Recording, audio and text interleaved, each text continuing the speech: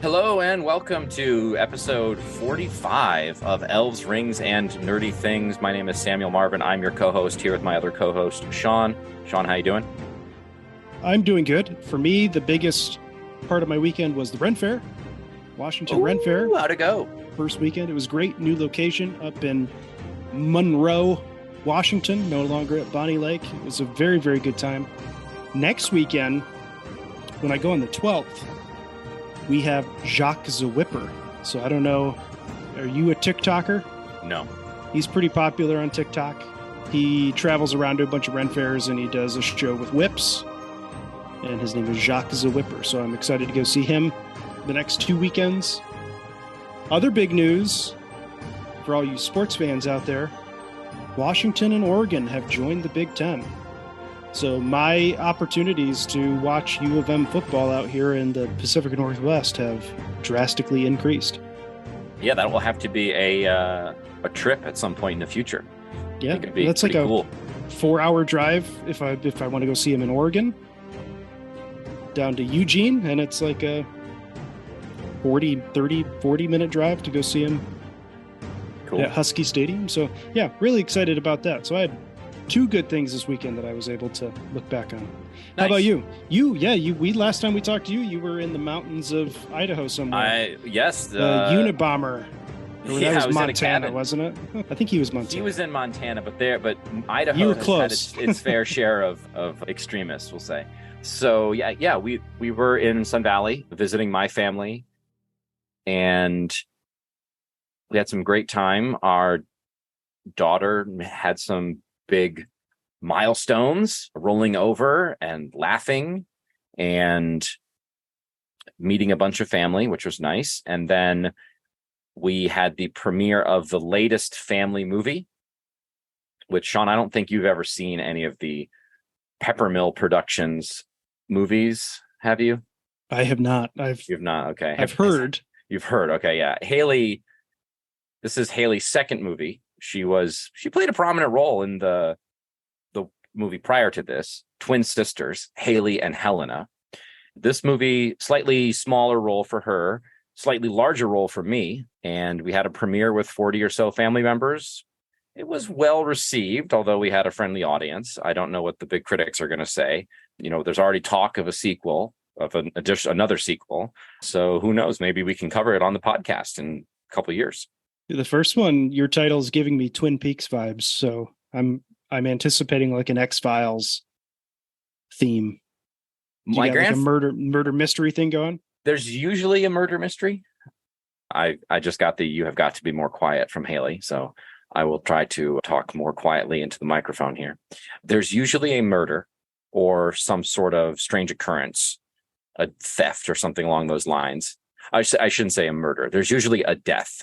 And sometimes the death is accidental. Sometimes it is a murder, but the actors are mostly children, the younger members of the family. So we don't get too dark. We also don't veer too much into science fiction, although this one had a little bit more science fiction with some spaceships, or I guess flying cars more so. But yeah, normally the kind of hokey mystery is our genre. And we've now lost any listeners that we had at the beginning of the episode. Well, I'm happy that your family has something to do when you're in the middle of nowhere, Idaho. Yeah, and how people come from all corners of the country to watch this movie. Okay, but we're not here to talk about this. What are we here to talk about? We are moving on to volume 2 of season 3 of The Witcher. Now, we left off with episode 5, which was the last episode of volume 1. And I think we overall came away with a pretty positive view of episode 5. Yeah. And we're here now to see if that momentum can carry over into episode 6. So, Sam, while you are reading the synopsis, I'm going to get myself another beer. All right. The Witcher, season 3, episode 6. I believe the title is "Everyone Has a Plan Until They're Punched in the Face." As Dijkstra takes Geralt prisoner, Redanian soldiers led by Philippa, along with several northern mages, strike a coup and arrest mages led by Villgefortz, who collaborated with Nilfgaard. Not believing the accusation, Tissaia frees the apprehended mages only for Villgefortz to reveal himself to be the traitor and flee Aretuza to capture Ciri. Before that, he allows a league of Nilfgaardian and Squaitael forces led by Cahir and Francesca to invade Aretuza, which starts a battle between them and the northern mages. Geralt, Ciri, and Yennefer reunite and kill Rience together, but they are separated as Yennefer decides to join the battle, which leaves Aretuza in ruins and takes many lives on both sides, including Filavandrel and Artorias. Tissaia depletes much of her strength, casting a devastating spell of last resort, and Stregobor sacrifices himself, saving the last mages standing, while Geralt and Ciri are saved by Cahir from the Squaitael. Encountered by Villgefortz, Geralt commands Ciri to run. Villgefortz shows surprising combat prowess and defeats Geralt, leaving him half dead to follow Ciri to the Tower of Tor Lara. But Triss finds Geralt and takes him to Brokilon. At Tor Lara, just before Villgefortz can capture her, Ciri taps into the power of an unstable monolith, unleashing an explosion which destroys the tower. Sean, what did you think of episode 6? I liked it more than you did, as we'll get to. So I think in this episode, I'm going to be your foil. Okay. So every time you give me something you want to complain about, I will either not defend the show, but try to poke holes in your argument. Talk me down, Sean. In our synopsis, there's one thing that they brought up, and I'd like to just kind of get it off my chest first. This is one thing that I didn't like. Uh-oh. Before I switch gears. I completely forgot that Filavandrel died. Oh, really? This episode? That was was like one of my favorite parts. It just, he legit popped, like just explodes. Yep. And when it happened, I just had I didn't care. And when I looked at that, I was like, the character development just wasn't there. Like this should be like a character that's been around since season 1. We've seen him in season 1. He played somewhat of a role in season 2, and then in season 3 has been more prominent, but the lack of character development for his character, when he died, I was just like, whatever. Yeah, I mean, I wrote this down as one of the things that I like. Not the fact, I don't want people to be dying in the show necessarily, but if done well, let me back up a second. You are correct in that I liked this episode less than you did. And I think there are many things about this episode that I did not like. One of the things that I did like were the action scenes, insofar as the effects were very well done. The set pieces were cool. It did get a little bit repetitive. We can talk about that with some of those fights inside Aretuza. But Filavandrel's death was super brutal. Just, you said popped, literally explodes into just a puddle of blood. The only thing left is his dagger. And Francesca, his wife, is covered in his blood. Your comment that there's no character arc there, exactly. That's the problem. He was only ever the husband who'd say things like, "You're tired," or, something to Francesca. And former leader too. Yeah. Like there could have been an interesting thing there. I think looking back in the books, he's not in the books in the main saga. As far as I can recall, he's only in some of the backstories, right? The short stories. Yeah, he's in the short stories, and I think he plays some roles in the video games as well. So it's strange that they kill him.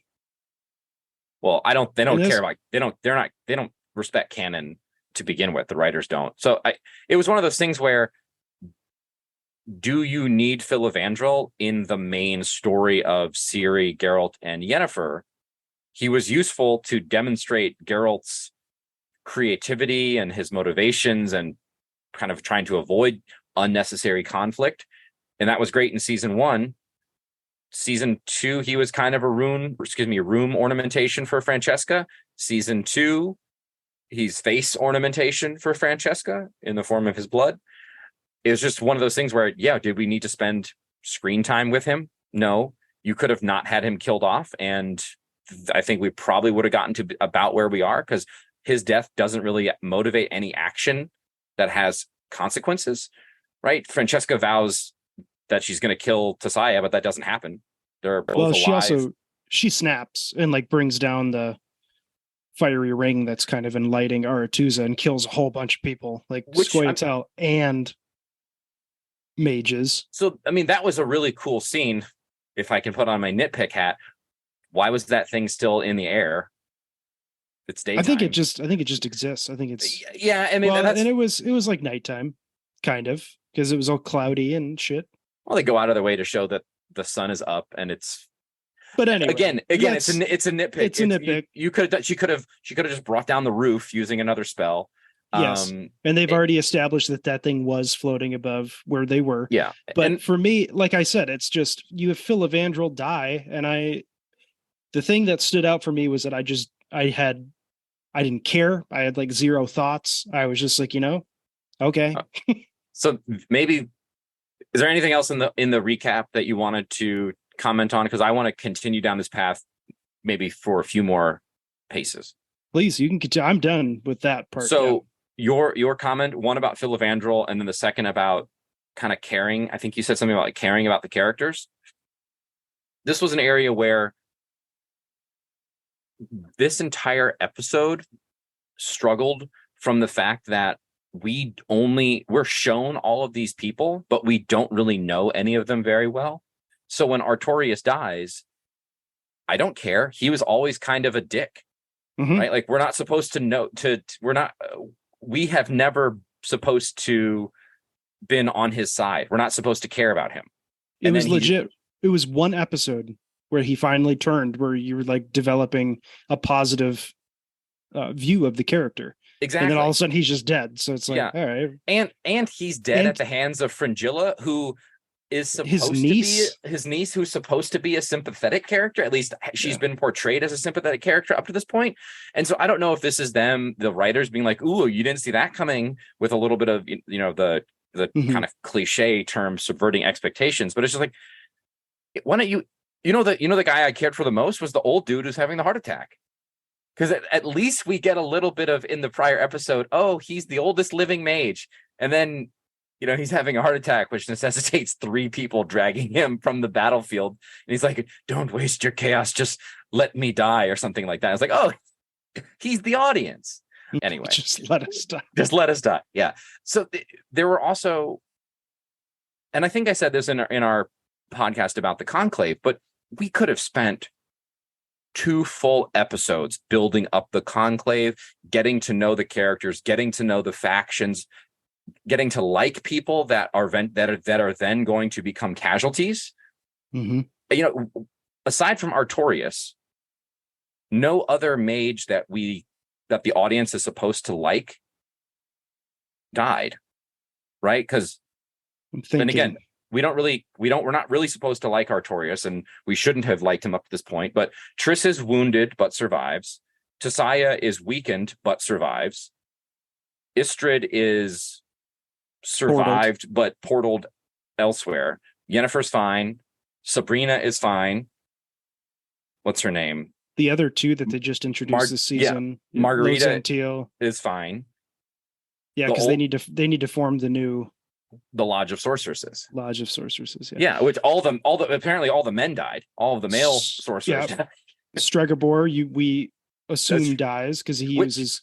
When we're supposed to hate him anyway, but he kind of saves the day, but in a racist way. Which was so weird. It was like he pops up out of nowhere. Which I get the fact that he would pop up out of nowhere at this point. Like someone would have released him when they found out that Villgefortz is the big bad.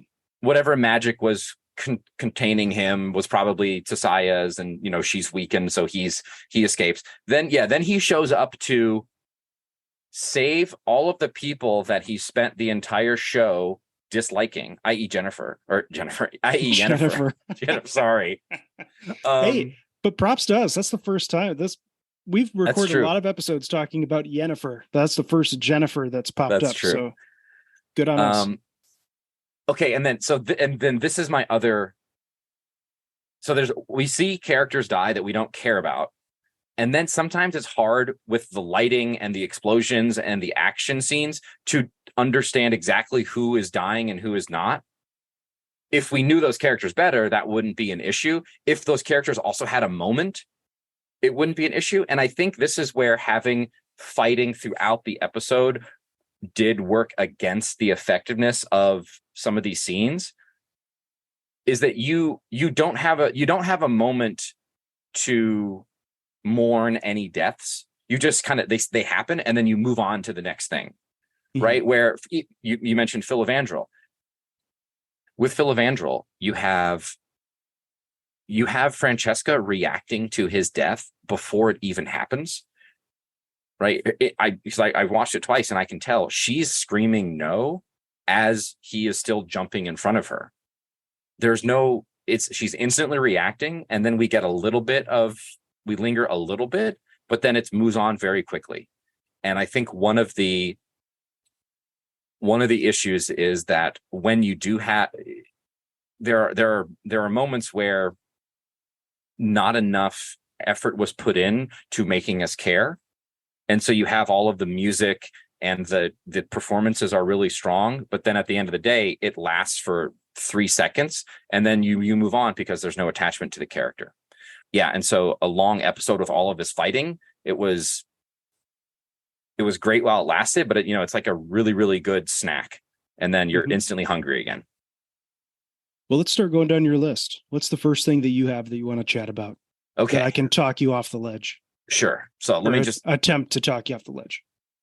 Okay. So we talked about the things that I liked, the big things that I liked about this episode. And a lot of this episode was fighting. So this is not just because there were, 2 things on my list doesn't mean that much of the episode was not good. It was just all of the things in between and some of the things that motivated the fighting where I had a little bit of issues.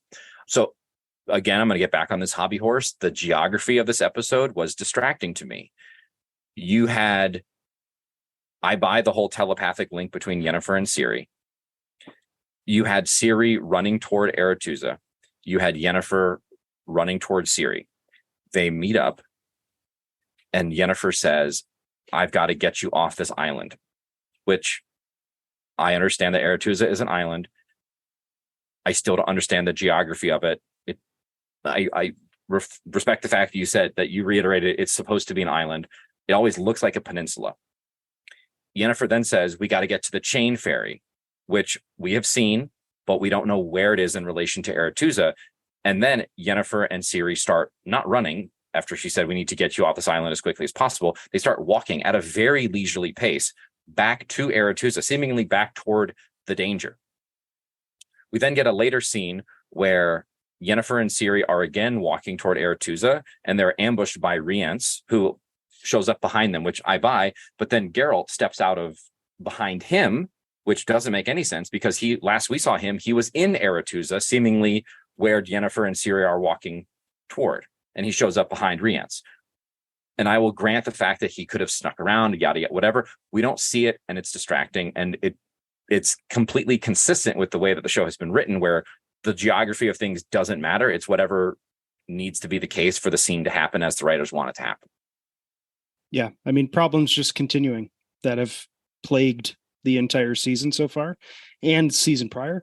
We talked about Geralt just showing up when she's being chased by the Wild Hunt, when Ciri realizes that the Wild Hunt is real for the second time.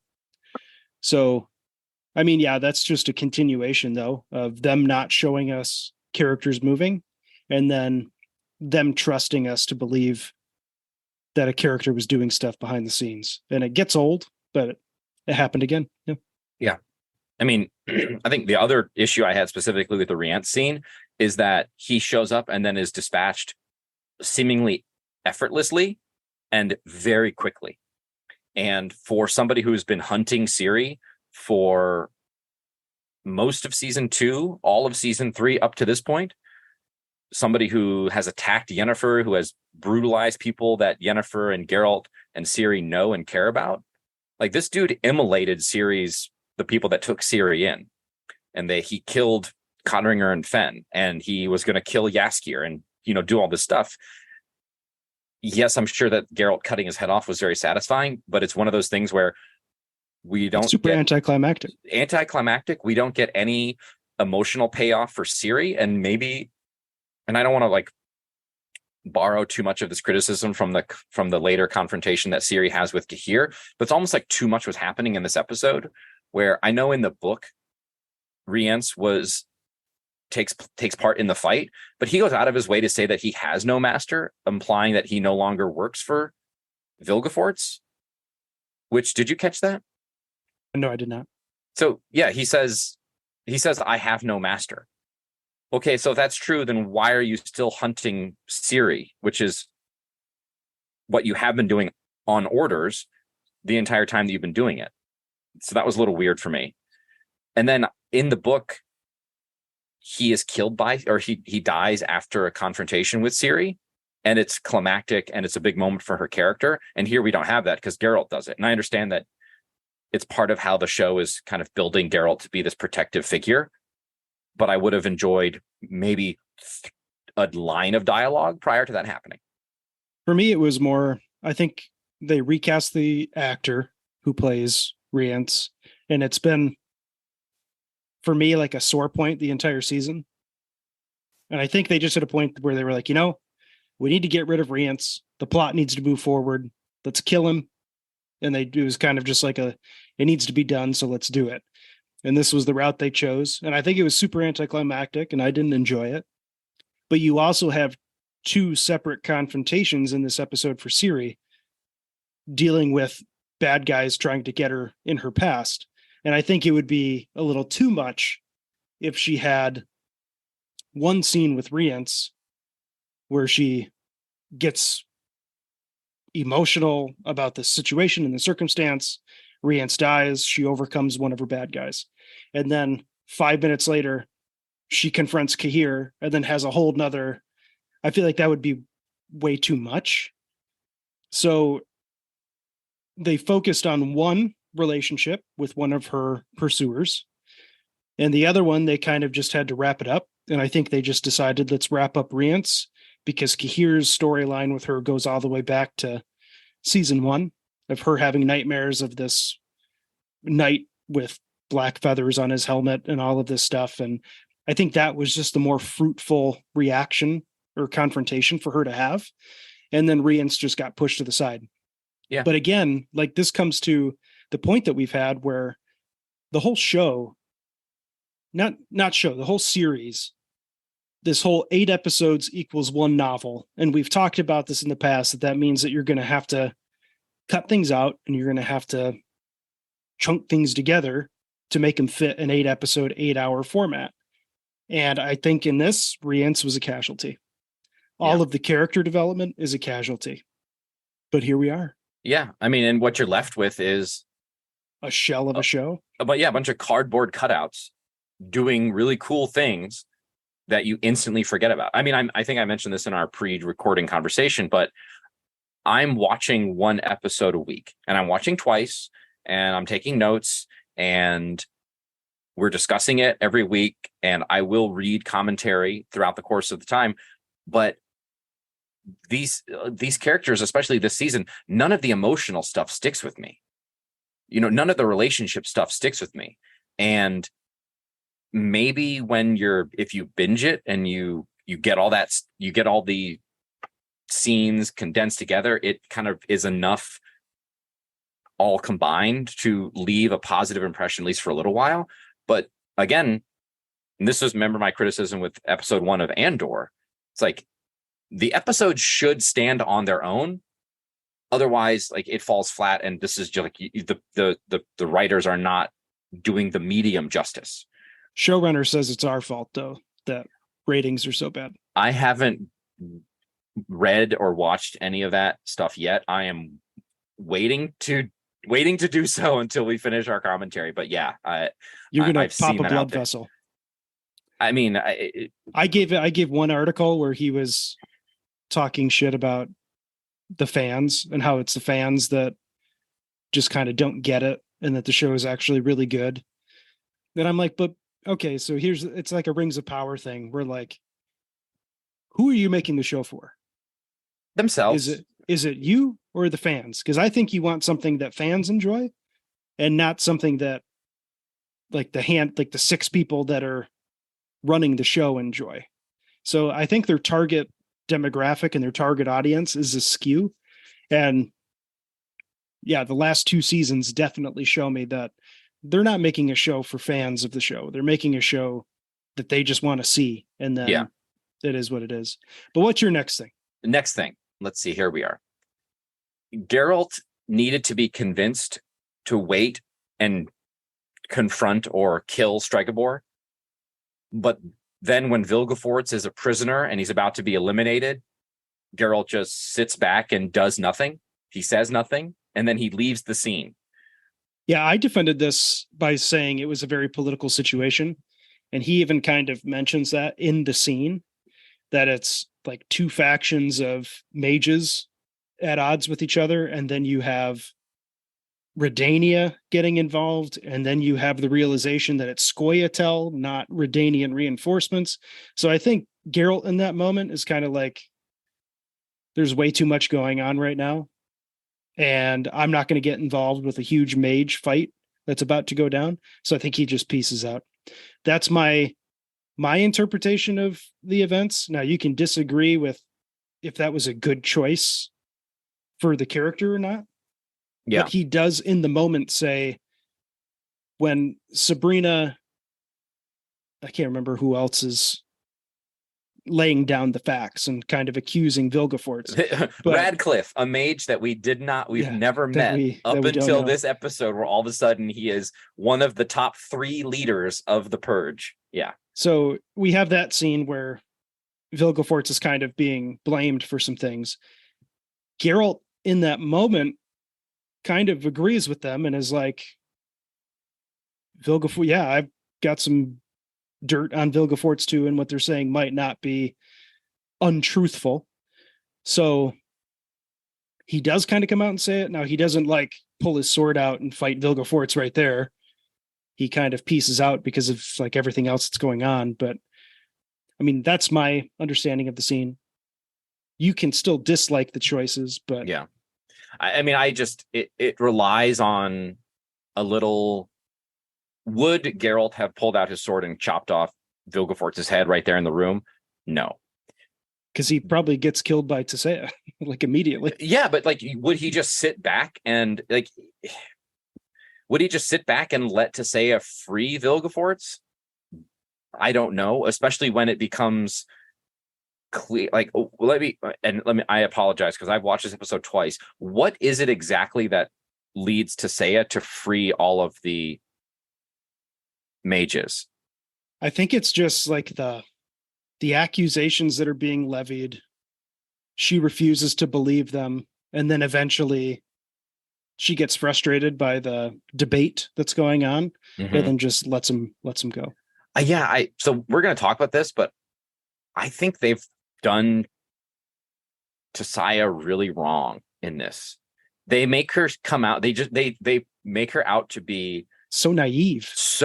She's supposed to be the oldest female sorcerer, or one of the oldest, maybe the most powerful, and she's duped like a little schoolgirl by somebody who leads her on. And then not just that, but she's also just completely manipulated by Villgefortz, and then kind of blind to the consequences of her actions.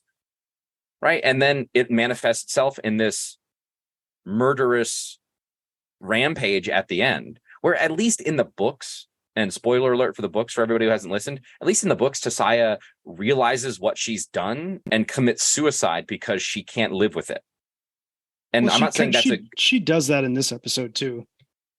Well, not the suicide part. Or it might be the next episode, but spoiler alert. Well, so there, but like, that would have been, this episode was, it should, I don't know. There's no reason it was so short. Yes, there is. They're trying to condense the whole book into 8 episodes. No, but I mean, it's 48 minutes. You could make it 53 minutes and you could give Tissaia a death scene. Like she didn't need to be, anyway, I'm not going to rewrite the show for them right now. So yeah, I didn't like the fact that Geralt was sitting on his hands while the big bad guy was being let go. And then to remove him from the scene, we have that conversation with Dijkstra where he says something like, I'll let you know where she is, or something along those lines. Or it's like, why would Geralt believe him when he says we have Ciri?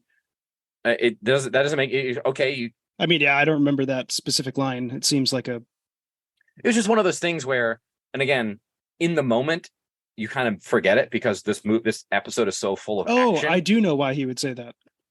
Who? Because he sent Radovid to go get Ciri. Right, so I think you're just assuming that Radovid was successful. Yeah, so he could say that, but then Geralt's like, well, why would I'm thinking, why would Geralt leave the scene where he knows a very bad person who's been hunting him and his adoptive daughter for, the 2 seasons or whatever, however long it's been. He was already ready to kill the person he thought it was. And now, on the word of a guy who's known to be a master manipulator, he's going to run away all by himself to try to find the person who last he knew was magically protected and secret. So it's just one of those things. That's easy to me because he knows Villgefortz is in that room. He doesn't know where Ciri is. So at that point, it makes more sense that Britannia would have her versus the guy who he just left. Yeah, maybe. I don't know. Okay, I don't think we're going to get a resolution on that point. No, I don't think so. Okay, maybe. Okay, so this is a small thing, but in this episode, we have Villgefortz using a portal to push Istrid out of Aretuza to wherever. We've mentioned portals before. It's been a nitpick of mine that they changed the rules this season, and I think in this episode you see why. In the book. I don't want to get too much into the book, but yeah, don't. Yeah, it's because then it gets all muddled. It will easily get muddled. The point is, if Villgefortz has found a way to create portals that are untraceable, then why was he, as this very powerful, very intelligent person, not focused on just portaling to Ciri and pushing her through the portal and then being untraced? You said we have all of these, send the Jackapace and send Rience. And like, what exactly was Rience supposed to be doing? I mean, I guess we do see Rience open a portal, but like, so when you give your villain this tool, it will eventually beg questions about, well, why wasn't he doing it differently this entire time? Like, why do you need to be physically in the same location as Ciri if you can just track her using your minions, monitor them with magic, which he's capable of doing, and then teleport to her location, snatch her up, and be again untraceable. Yeah, I mean, I have no qualms with that one. Okay. I did have a qualm when we were debating it, and you said, like, he always knows where she is, and that's not necessarily the case. No, and the Jackapace, they kind of just send off to go catch her. Rience, which was idiotic because that thing was a murder bug. Yeah, Rience clearly doesn't interact with. He doesn't even know he's serving Villgefortz. He only knows what Lydia has told him. So it's not like he knows who he's serving. Now, the whole point of Villgefortz could have tracked Rience's location and then been like, yeah, we've got Ciri. But anyway, don't give your big bad a really powerful tool if not using it makes him look kind of stupid. At least, I don't know how many people are paying that much attention to something like that. Again, this is probably in the nitpick category. Now, what is not in the nitpick category, I think, is the... I'll be the judge of that. Okay, fine. They don't establish what Tor Lara is and why it's important. Yes, that's not a nitpick because we were talking about this in the pre-recording, that even in season 1, when they do all of the Aretuza stuff, they never really they never say Tor Lara. So we don't know that there's what that is or what that island is. Apparently, when they go across in season 1 and turn the sorceress apprentices or whatever they're called into eels, that's happening underneath Tor Lara. Where did you read that? Is that from the books or is that just elsewhere? That's in season 1. No, I remember this. I remember them being turned into eels, but where is it? It's mentioned. It's mentioned in this season. Oh, in the market scene where they're looking at the painting and they mention. She's like, "Oh, are you going to take me to Tor Lara and turn me into eels?" Okay. Yeah. So it's referenced, but like the whole time I'm like, they don't say what the island is. They finally use a name for it in this season. I mean, you mentioned earlier in pre-recording, they never give the significance of the island. And then we find out that there's a huge obelisk hiding underneath like this tower built around it. And yeah, it just sloppy writing. We don't know anything that's going on with it. And it just all of a sudden appears. And that just seems to be a common theme. Yeah. And then regarding the portals, I think at one point, does Philippa say we can't portal? We're too close to Torlara. Yeah. So that is, I guess, partially. Well, I think they say something along the lines of Torlara is acting weird. I remember that from an earlier episode, but I think in this episode, can't portal. Yeah. In this episode, Philippa says something about Torlara, which all of that makes sense as to why Yennefer is literally running around for half of this episode instead of just teleporting to the people that she wants to protect. Mm-hmm. That's why she has to run back to Aretuza. But it doesn't. It was in the book. It was set up that Torlara was this malfunctioning portal, and so there is tension with the reader when they are reading that Ciri is running toward it because she has literally nowhere else to go. And at least, I mean, not everything needs to be explained, but it is interesting, especially if one knows the series of events that lead to the culmination of the book, The Tower of Swallows, which I don't know if the show is going to get that far, either because of cancellation or whatever, if they're even going there. But there's no reason not to do it. Just, establish what these things are so that we care that there's this magical explosion, because we know you don't have the balls to kill Ciri. So there's going to be an explanation. At least let us know what it is, especially because so many people are going to go and turn around and immediately watch the next episode, which opens in the desert, because it did autoplay and I paused it. So minor nitpick there. Okay, final Torlara nitpick. Okay. Villgefortz says there's only one entrance. And we know that that's not true, because in every establishing shot that we see of Aretuza, there's a freaking rope bridge. And then it's very obvious that Ciri enters on a beachside, like, cave entrance. Unless the rope bridge leads to that entrance. I don't know. I haven't looked at the picture of Torlara enough to be able to refute that. But sure, I don't have the blueprints here. It could very well be one entrance, but that, I guess, unless where he's at, there's only one way for her to go.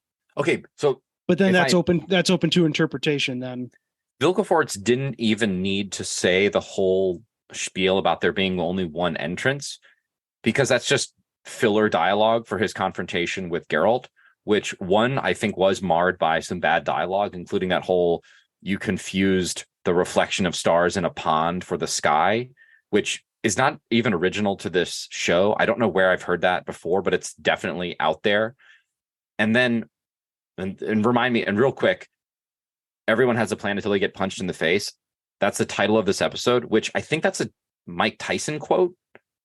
Do you know for sure? I mean, some famous boxer from that era. It could be like George Foreman. I don't know. Muhammad Ali. Yeah. Google it quick. Yeah, it just, they literally could call this episode anything other than that. That was so distracting. Okay, the fight with Geralt and Villgefortz. I don't know why it is located in the place where it's located. In that, the whole thing that leads to that fight is Geralt's medallion vibrating while he and Ciri are getting a boat. Why doesn't he just get in the boat? Like, there's no reason to go deeper into that little cave dock structure and then fight Villgefortz. You can get away. In the books, it makes sense because Villgefortz and him are inside of the complex on Aretuza, and there is an actual fight needs to happen because they are not letting one another get by each other. But Geralt can just run away. He can stay with his daughter, who he wanted to find and protect, and get in a boat and start paddling, or run in the opposite direction, because at that point Yennefer already left and they said that they would reconnect. There's no reason for him to go and get into a fight with Villgefortz. It's Mike Tyson. Okay, it is Mike Tyson. That's what everybody has a plan until they get punched in the mouth. In the mouth. Okay. I guess everybody has a plan until their mouth is burned away because of acid. It's way more original when you just change a word. So yeah, they could just call it Torlara. Mm-hmm. But then you'd have to actually explain what Torlara is. They could call it Flaming Donut. Okay. What do you have any? Do you take issue with me taking issue with the location of the fight between Villgefortz and Geralt? No, I don't really care. Dude, like I know it's like the thing is it's death by 1,000 cuts, right? If there were just one thing that bothered me with the episode, then I'm like, okay, it's fine, it's whatever. But there's like instead it's like, oh, there's one thing I like, and there's a bunch of stuff that just doesn't make sense, and I'm just like rewriting it in my head.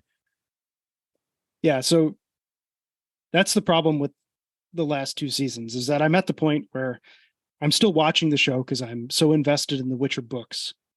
And I finally had an episode in episode 5 of this season where I was like, I actually like that.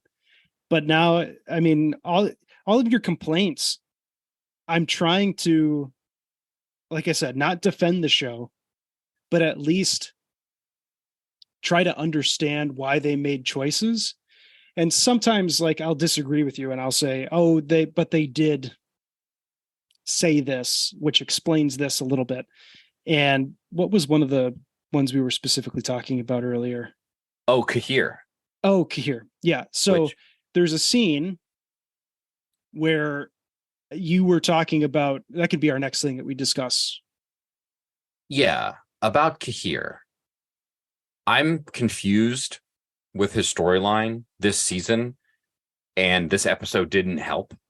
I know you have been very confident and clear that he was ordered by Emir to assassinate Francesca after he killed Gallatin, and that is not 100% clear to me. I'm kind of on the fence. I don't think it makes sense for him to do that, but fine.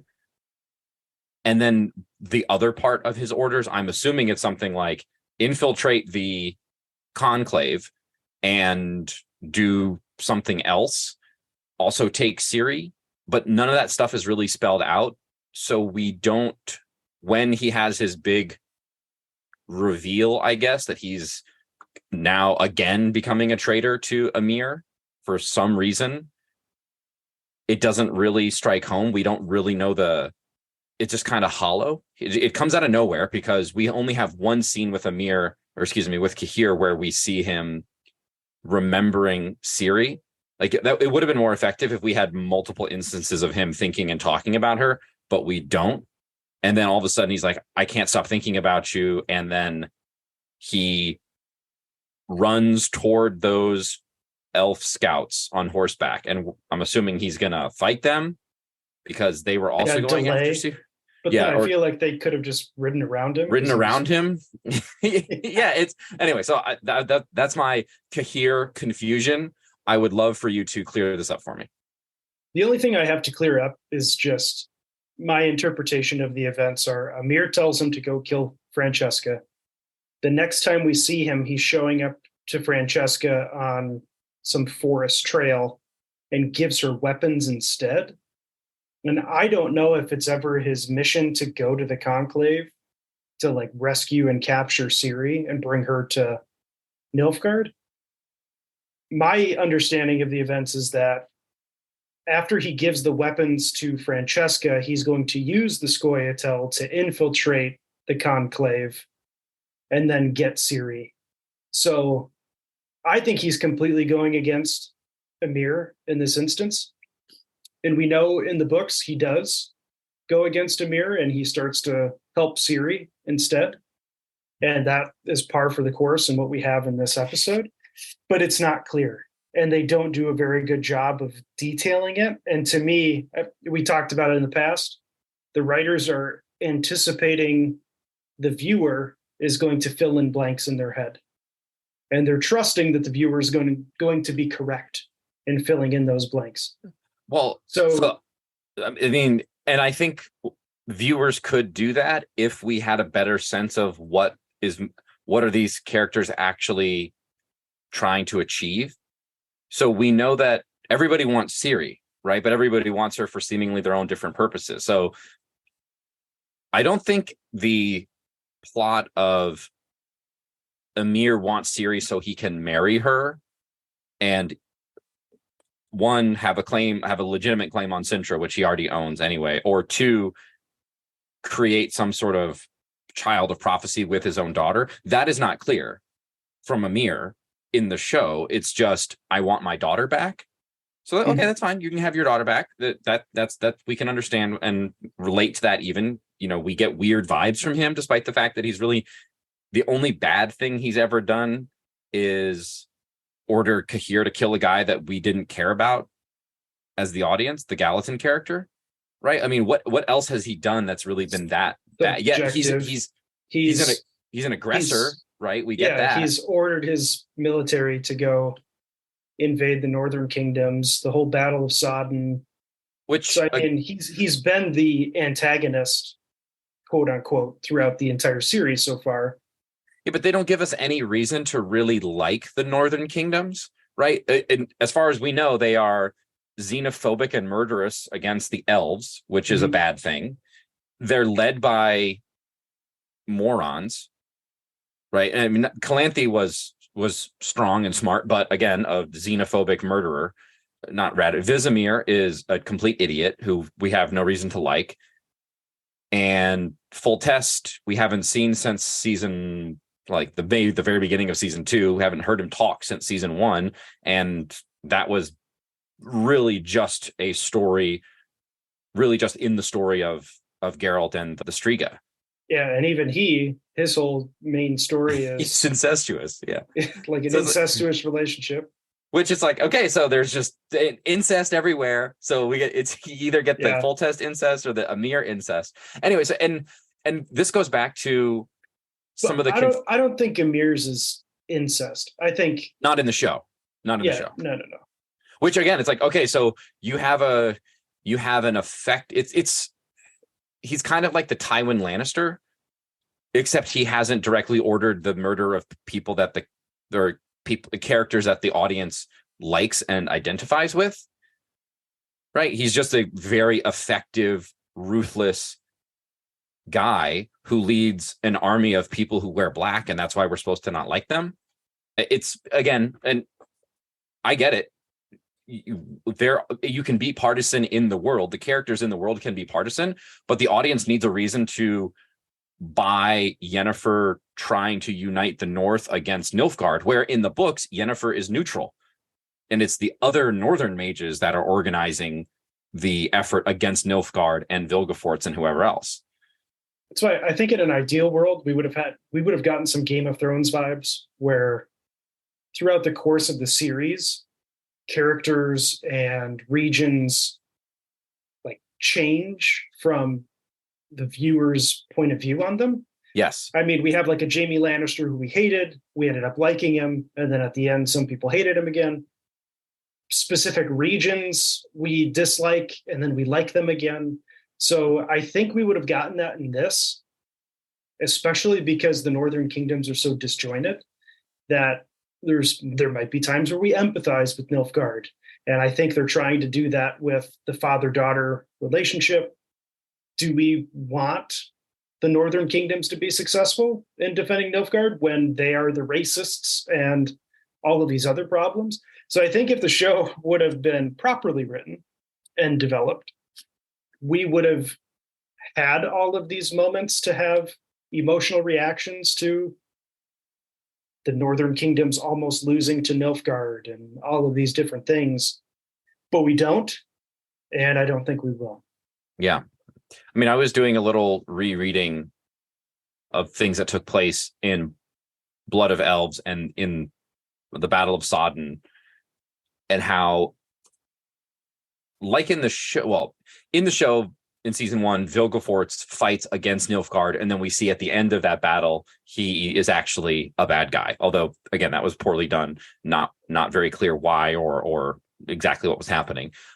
In the book, he is 100% against Nilfgaard, and then it's after the battle he is approached by Emir and kind of is lured to the dark side, if you will. And the same is actually true for Francesca, who fought against Nilfgaard at the Battle of Sodden and then was lured to the dark side with promises of sovereignty, becoming the queen of and the elven realm of Dol Blathanna, which they talked about in the books, but we never have a scene of, they come over to it. They do, but the viewer has no idea what it is. It's like, the real Dol Blathanna is the friends we made along the way. It's just like this weird nebulous thing. And anyway, we started this whole section by talking about Cahir and me being confused about what he is doing and what motivates him. If he was told to kill Francesca, why didn't he just do it? Like, what would the other thing is, I don't know why Amir wants Francesca dead. She's doing the things that he's telling her to do, seemingly. He ordered the assassination of her main rival. Further killing her would just make the elves even more leaderless and less effective. Unless maybe he knows that she's looking for Ciri, and that's why she needs to go, in which case, fine. But then, like, if Cahir wants Ciri for himself, wouldn't he also then want Francesca out of the way?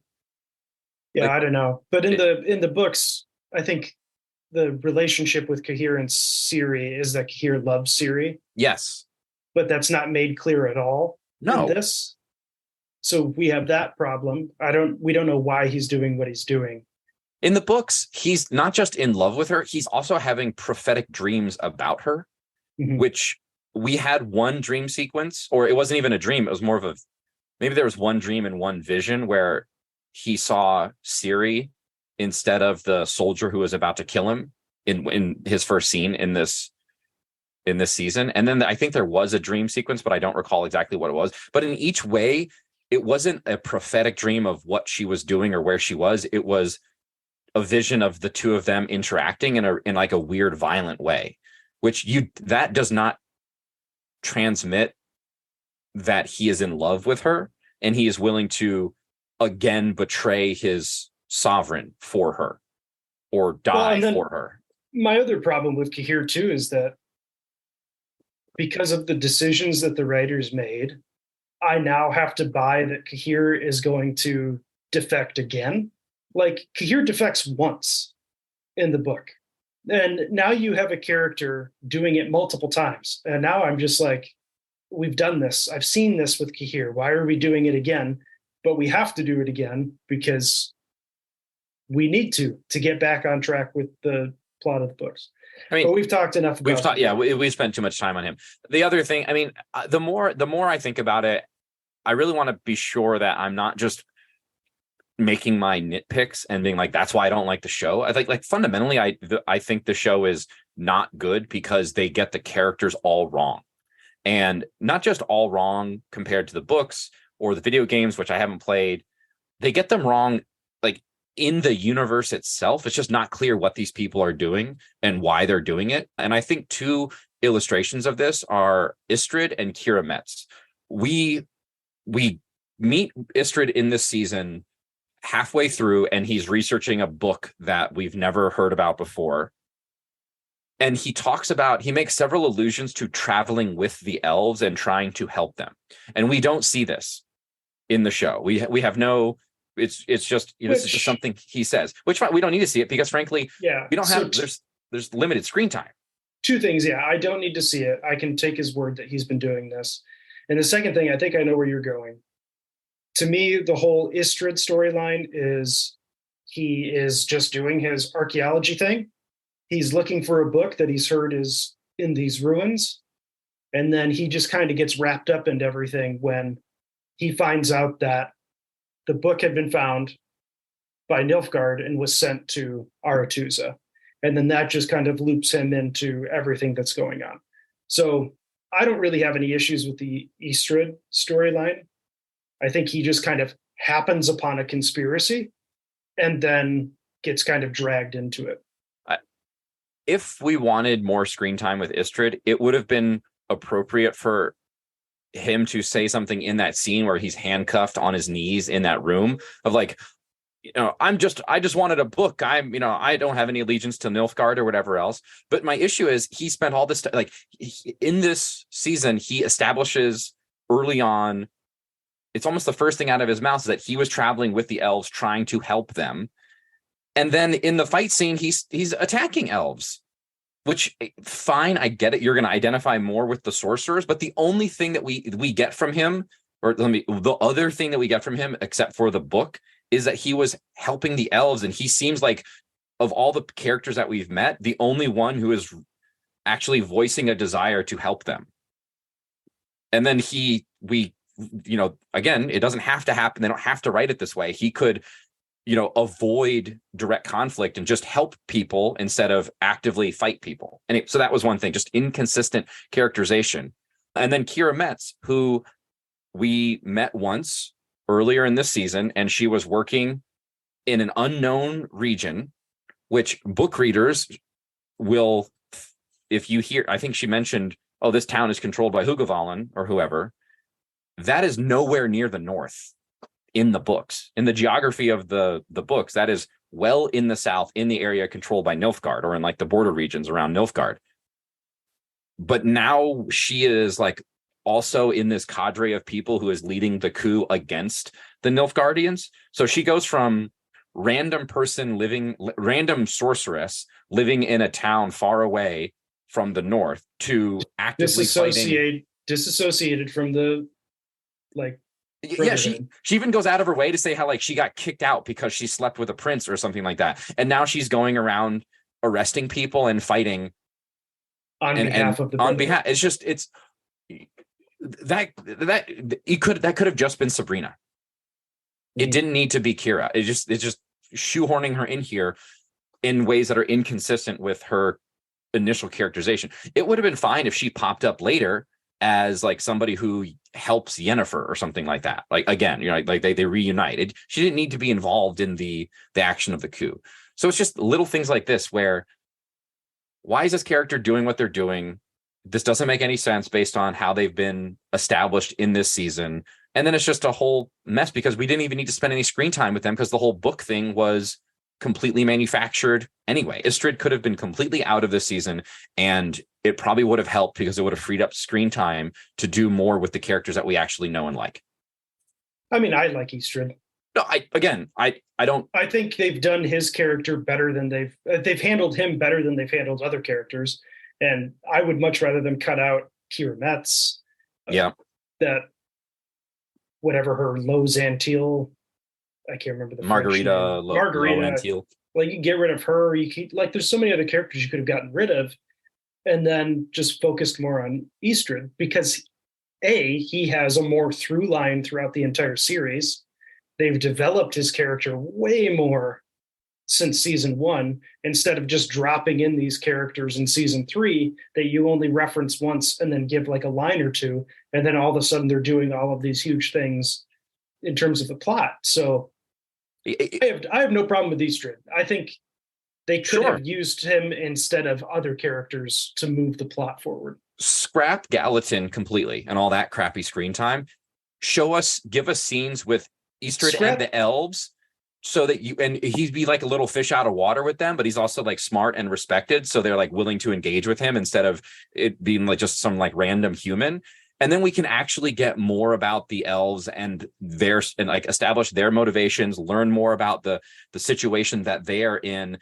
Like, one of the things that has his whole character is about lore. So it's like you getting too excited? Yeah. You could develop so much more by having Istrid there because of his fascination with lore. And you could delve into some of these things without, and like your Gallatin point, I was thinking about Gallatin. What purpose did he serve? When you look at the screen time he had, his argument with Francesca, he gets ultimately killed to redeem Cahir, who then defects again. So his whole character was pointless. It's wheel spinning the character. Yeah. It was to just use up time, and they could have used the time so much better. And I think, your point, using Istrid with the Scoia'tael would have fixed a lot of that shit.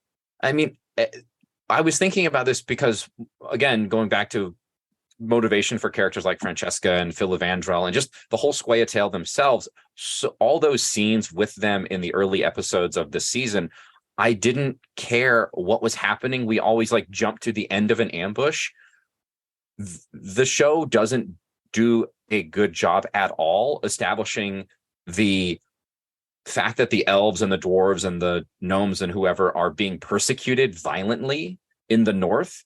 And the Squayatail, like the Squayatail should be kind of a sympathetic group in a certain sense, like a sympathetic terrorist group, right? Like we've talked about Andor on this podcast and how the rebels, we can sympathize with the rebels, but they still kill people. They blow things up. They kill people who are just kind of doing their job.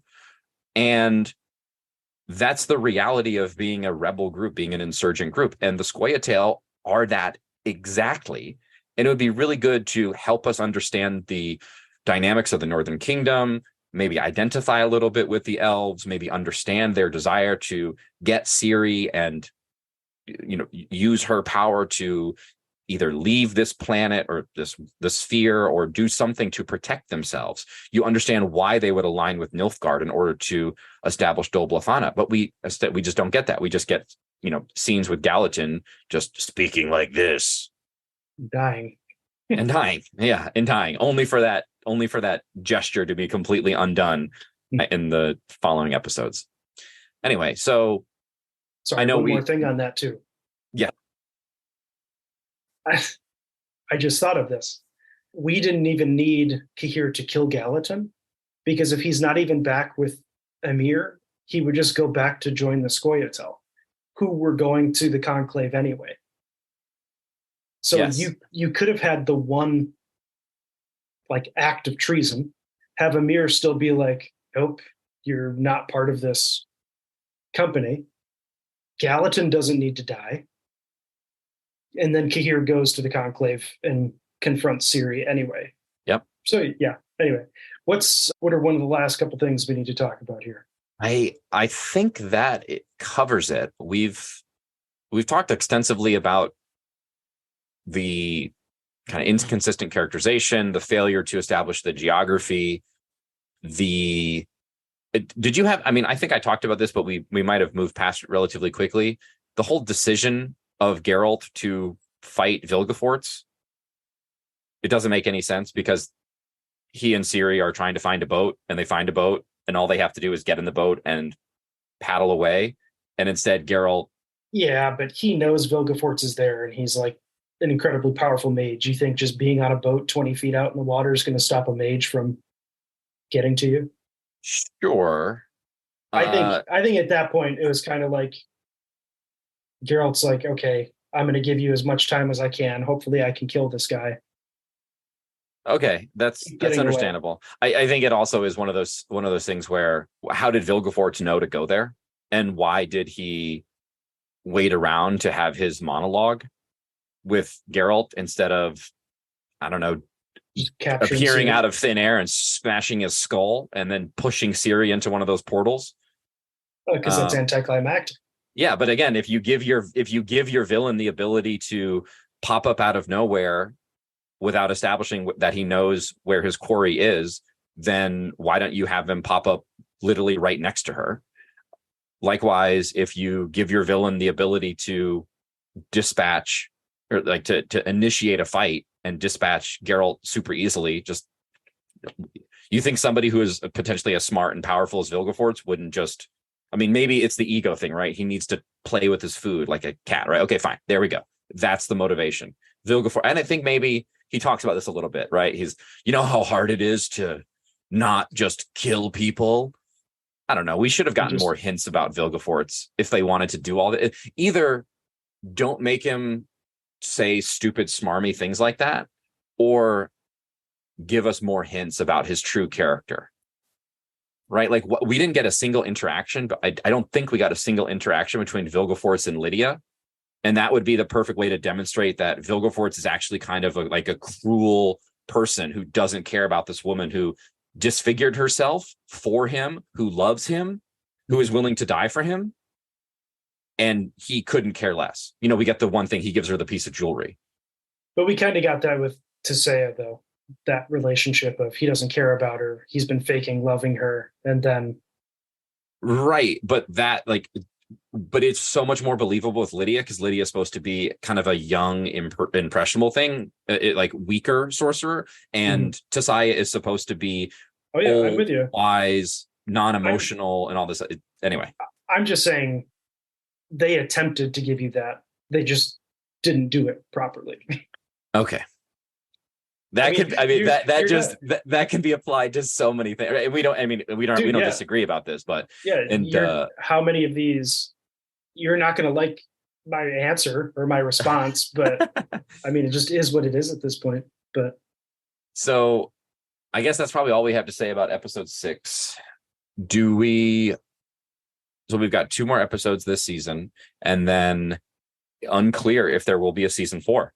Obviously, writer's strike, actor strike has shut down production. Some speculation that this is just going to be the excuse Netflix is looking for to cancel. I will say I have started consuming some of the whole season review content just because I know where things are going, because I've read the books. And the big thing is the massive decline in both audience size and also audience score on things like Rotten Tomatoes and Metacritic and IMDb. So do you want to say anything about that, or should we save that for end of the season? No, I just experienced some vindication when I was reading an article by Collider, and they were talking about just the overall problems with season 3.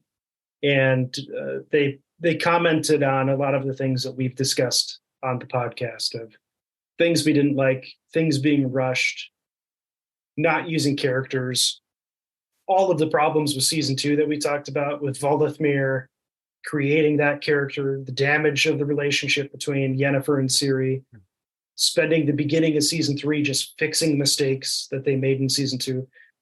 They cover on all those things that we've complained about. So to me, it was kind of like reading that article made me feel better that we're not crazy, and that other people who are professional critics are coming away with the same views on what's been going wrong. So that made me feel better. And we'll take like the last little bit of our episode 8 review to kind of just full summary of what we thought about the season. I don't think we need to do a full episode to review the season. Yeah. Because I don't want to, because this is so bad. I think at this point I'm like, what can we talk about? Maybe I'm at the point where let's just get to the end so we don't have to talk about The Witcher anymore. Yeah. And just surveying the landscape. Obviously, we've covered The Witcher. We covered Andor. We're not going to have another Rings of Power. For a while. Yeah. Yeah. There's not a lot that is immediately obvious for us to cover. So if you're still listening to this episode and you have any suggestions, let us know. We're going to do some brainstorming, but what do you want us to talk about after we wrap up our Witcher discussion? And I think we have a couple small kind of one-off episodes, but what's the next big thing that we should cover? What should we sink our teeth into? We could also try to find some more Ren Fair people to talk to. Could do that. Yeah. Yeah. But we'll figure it out. Cool. You've been listening to Elves, Rings, and Nerdy Things. I'm your co-host, Sean. Here with Sam. Sam, do the rest of the outro. All right. Well, if you like what you heard, please subscribe to this podcast. You can do so on any of the major podcast apps. Like us on Facebook. Send us an email, elvesringsnerdythings@gmail.com. Thank you to our listeners. Thank you to our subscribers. Thank you to our lovely sponsors who help with our equipment and editing software. You can let us put out a high quality, or as high quality as we're capable of producing, show, when we appreciate you for it. Thank you for listening, and we will talk to you next week. Bye.